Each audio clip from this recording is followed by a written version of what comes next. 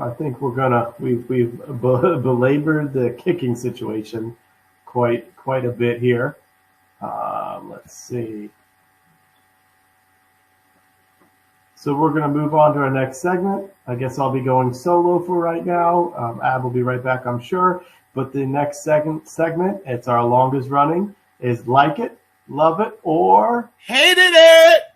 Thank you. Came back just in time. So it looks like the very first topic under Like It, Love It, Hate It is the last 10 minutes of the game and how we played it. Ab, let's start with you. What did you think of that, the last 10 minutes? So, honestly, this was a telltale sign for me. And honestly, this will probably be a little short because it gets right to the point. This is how we're going to play football now, guys. We're going to play, like the last 10 minutes showed like we had the lead. And what we're going to do is run the ball. And run the ball to make sure that we run out the clock and depend on our defense if they get the ball back. So we just discussed how Antonio Gibson had 29 carries. 29 carries means we're control of the clock, and honestly, that is so perfect. It really is. It's like it's very hard to come back under pressure, and when you're actually hurried to actually go down the field under 2 minutes. Even though it's hard, it's still it's possible. But we did this with Tampa Bay, and it was phenomenal. That what was it, 19 plays, and we took up literally the whole quarter just doing that, and it was a thing I haven't seen from this team in a while. And honestly, the strategy was awesome. And that's another thing that I didn't see in a while is that this strategy it's a high probability of winning when we do this. And to me, I like it. And especially with a quarterback that's so-so. So I'm with it, guys. This is how we're going to play football from now on. We get a lead, and then in the fourth quarter, we're running the ball and holding on to the ball and making sure that we get this W. Yeah, I think this is the way they've wanted to have the team set up. I mean, I think they wanted ball control. You know, we talked about preseason. What was our strength of the offense? It was our running backs. You know, let's feed the strength, and then we can be developing our passing game. So I think it definitely, like you said, is correct. We're not going to have a sexy offense right now.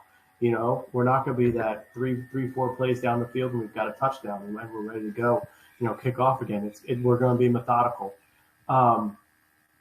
What I didn't like about, maybe it wasn't necessarily the last 10 minutes, but it was the third quarter and even part of the fourth is. And this is where I'm going as a guy I praise.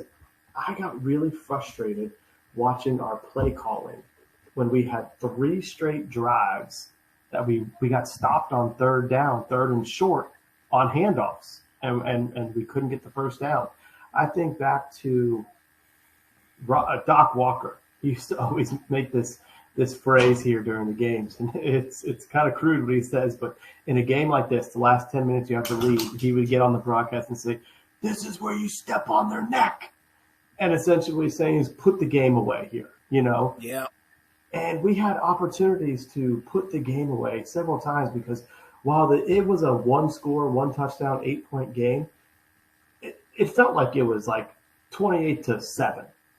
At least that's how I felt. Like we're dominating this game. Seattle's offense is terrible. Like I'm not worried about them. I'm not worried about us losing this game. But we just couldn't put them away, And obviously, yes, the kicker situation played into it because we could have kicked a field goal with a healthy kicker and moved on. But I was frustrated with 3 straight handoffs that the defense was stopping on 3 consecutive drives. And I feel like we've got a quarterback who's mobile. Why are we doing some RPO? Why aren't we doing some play action? heck, why aren't we doing a boot? So if the whole defense is keying up on our running back and stopping him, why aren't we doing something else to throw a wrinkle into it? Because I hate it. We kept giving them a chance. Obviously, it didn't turn out to anything, but I was frustrated with Turner on that. Because like I said, we kept giving them a chance to get the ball back. No, you're not wrong. It was pretty bad. Like they get too cautious and go bland all of a sudden. So honestly, I think before the last 3 games, they've been bland as shit just in regular play calling. But honestly, they just reverted back to just the end of the quarter and the end of the fourth. And that's when they get really, really bland in their play calling. It's like they're not trying to win. They're trying not to lose. And there's a difference, guys. And honestly, it's just I think you need to play to win all the time. And it's not just the beginning of the game. All the time you need to play to win. So it's a very big difference, just like you said, Will. It really is. Yeah.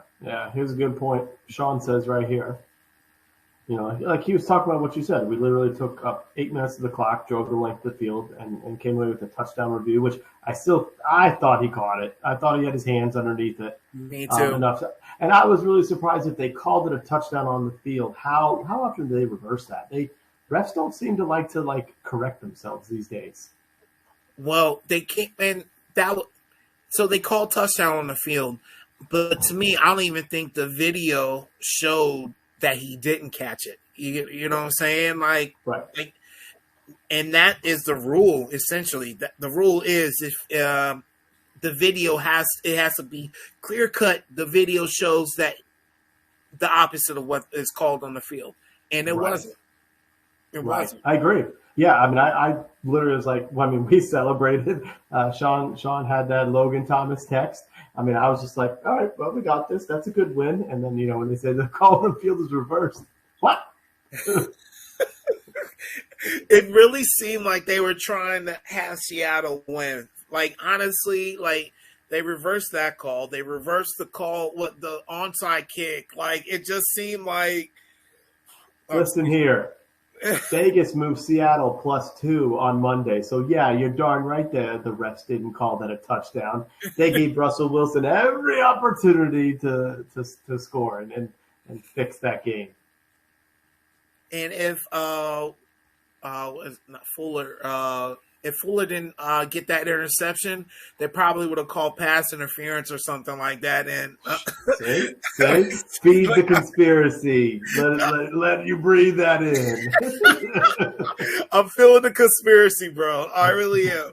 But that's you bring up a great point, though. I mean, that interception by Fuller was a phenomenal play because he was with his guy and then he let the safety take him. Cam Curl's right there, so he peeled off his guy. Because whoever was covering DK, I think it was Danny Johnson, he was beat. DK was no. Whoever he was throwing to, Fuller was covering DK, and he let him go and stayed right in the middle because whoever that throw was intended for, I can't remember who it is, he saw it coming, and he anticipated it. I mean, that was a huge play by someone who's starting to play a lot better, but we've given Kendall Fuller a lot of crap for playing as bad as he has. Comment. To be fair, the onside kick went Washington football's way. To me, if it went our way, then they wouldn't have re-kicked it. So because Seattle recovered the ball.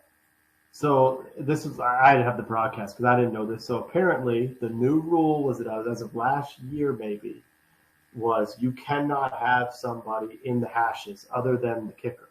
Right. And that's where they were because they're trying to keep it even on both sides to eliminate, odd man crashes. And that's what we got bailed out on is their guy was when he did he went to his right, then he kicked it left. Their guy was sitting in the between the hashes. And so they had to re-kick it, which I had no idea. They threw a penalty. I'm like, what are you calling a penalty on here? but to me, now I'll repeat what I said. To me, it just wouldn't have been like, you know what I'm saying? The game probably would have been over for me. Like, or like give the ball to Washington where the penalty happened, and then we'll kneel until the time runs out. Like, I don't think you should, like, because again, you're basically saying, try again, Seattle. Try again to see if you get an onside kick. And that to me is, you're still giving them another chance to do it. So I hear you. So what doesn't make sense to me about the rules is if you have illegal touching. So if you go down and touch it before the 10 yards, the kicking team is penalized and the other team gets the ball. Why is it if you're lined up, you get to re-kick? Like, what's the difference in their ruling as to what's a re-kick and what's not? Right. Like, what they say, if was it the 10 second drawn out rule or something like that they do? Like, if there was a penalty, I forget, but just I don't. 10-second runoff, you mean? Yeah, the 10-second runoff. Mm-hmm, mm-hmm. Yeah, that's funny to me also. So I don't know, and it's just I just didn't like the whole. It was just too damn close at the end, and it just gave me a heart attack and shit. Like, you know what I'm saying? It was unnecessary. But at the same, one thing too, what Washington should teach their guys, on the kickoff, the players kicking off, or the team kicking off, has to wait 10 yards before the ball comes over. You don't have to wait 10 yards in order to go for the ball. And they did it twice. So the replay was great on this. So the linebacker, Jordan Kunasik, I can't pronounce his last name, the ball was bouncing, and his role is to block the guy coming so the guy behind him can get it. But the ball's bouncing to him, and he literally ducks and let the ball go right over his back because he didn't just want to go, whoop. I saw this and I was like, what are you doing? And that's what blows my mind is, and honestly, people question what I know and everything like that. I know that much. I know that, like, if the ball, like, to me, and I made this argument in one of the groups that we all share and everything like that, is that if you don't know the rules, it's hard for you to be great at a sport. And to me, and that's what makes Peyton Manning so good to me, Tom Brady so good to me. They know the rules like they're a coach on the field, and that's it. To me, it's mind blowing that these guys, they're like, and again, a situation that they practice don't know this one, like this onside kick rule. So I don't know. It bothers me. It really does. Yeah, look at Sean saying that Dan Snyder gets a gift from the NFL gods. If only we had an owner that people liked, that we would get things going our way. I wish. So let's see here. What's the next like it, love it, or hate it? 3-game win streak. Let's see here. I like it, love it. I think that brings in another one of these right here.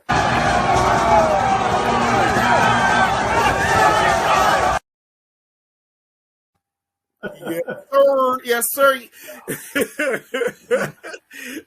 You're learning, Will. You're learning how to use this now. I figured it out. I got all the controls now. Okay. 3-game win streak. Definitely doing awesome. Honestly, I love it.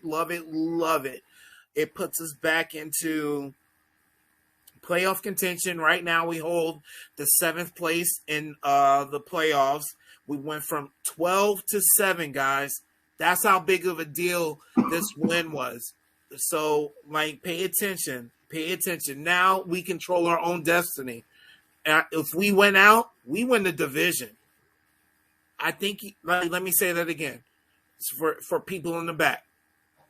If we win out, we win the division. And you guys are talking about, well, Dallas is this, Dallas is that. If we win out, that means we face Dallas 2 times. And guess how many games back we are on Dallas?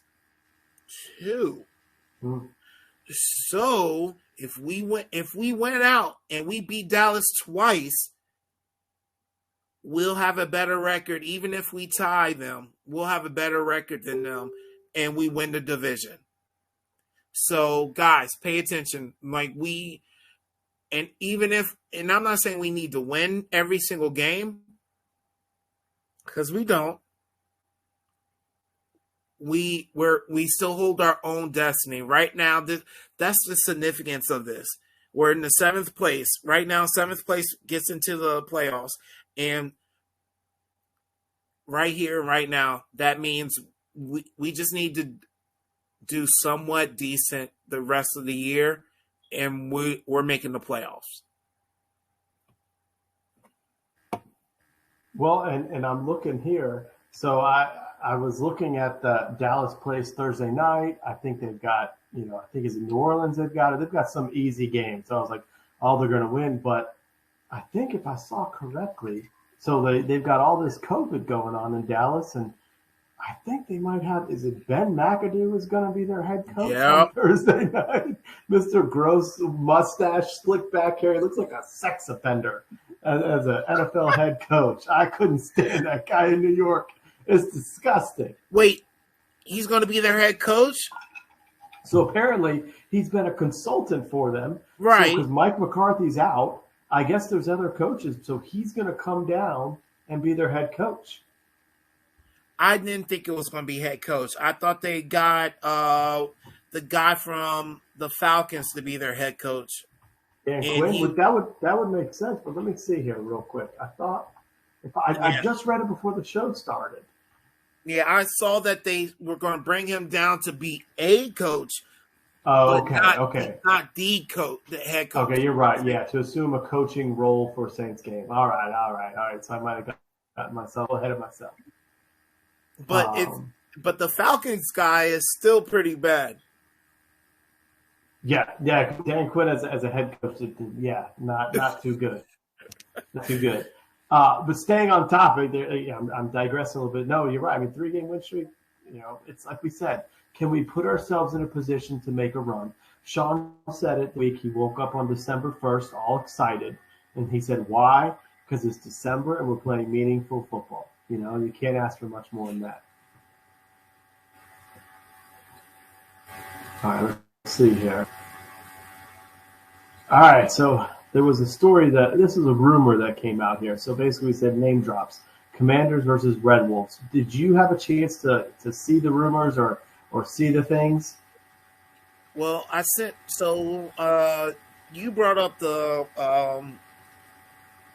tweet of the Commanders one, and I brought up the one that said Red Wolves. So that means you can't trust shit out there, y'all. Yes.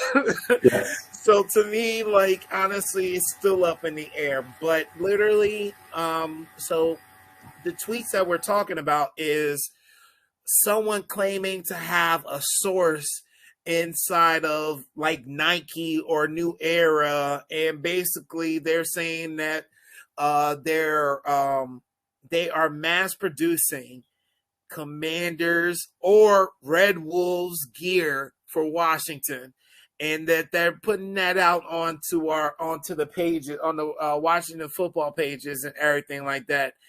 And I'm like, man, you guys are really trying to freak people out here. But you're to everybody that's paying attention, that's actually listening, we all know that means you can't trust these words that's being put out right now. We began the season, we began our shows basically telling you guys that Washington will come out with a name in early 2022. And now people are trying to cash in on that. So early 2022 is a few weeks away, guys. So just pay attention. It's coming soon. So we'll have our names soon, guys. Yeah, and I mean, it's easy to trust these because I'm pretty sure in this situation, no reporter is going to, if they find out what the name is, I don't think it's going to leak that way. I think they're going to give the team the chance to announce it. So the only way to really find this out is if there's some type of like uniform that gets noticed or something like this, a production of hats. So it's a great story. It's a great enough to get us all excited. If I had though to pick between the two, I mean, we keep saying it's like I'm preparing myself for it to be Commanders. I don't want it to be, but I'm preparing myself for it. But I did right before the show. I read something, and I'm gonna try and listen to it. So apparently, longtime Washington reporter Rick Snyder he said it a week ago, and he said it again, I guess today, that there will not be a team name of the Wolves. And the reason being is they're running into trademark issues. Not saying that he's heard from them that they can't get this because of trademark, but because either it's Arkansas or he even said the Minnesota Timberwolves have a whole bunch of trademarks on the name Wolves, and trying to get one of those is going to be a challenge. I got to listen to him about this. And I do like Rick Snyder. I don't think he ever says anything that he's not like in agreement with or feels like it's vetted. But I can't see Daniel Snyder making, if he's a part of a lifetime change of a franchise, being concerned about trademarks or money or anything. Like I can't see that being a reason why we say trademark's going to be tough to get that. We probably shouldn't go with Red Wolves. Let's go Commanders instead. Like I don't think he'd do that.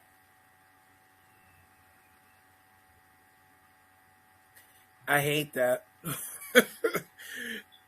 That's like, to me, so I guess I look at it differently. I think Dan Snyder's more stubborn than that. And I think he's more like Jerry Jones than I think we all don't want to admit to, but I think he thinks money solves everything. So to me, like, even if it's a trademark with like what the Timberwolves, how much to come up off of those Timberwolves names and everything like that. I don't think he would accept defeat that easy. Like I don't know. That's just me.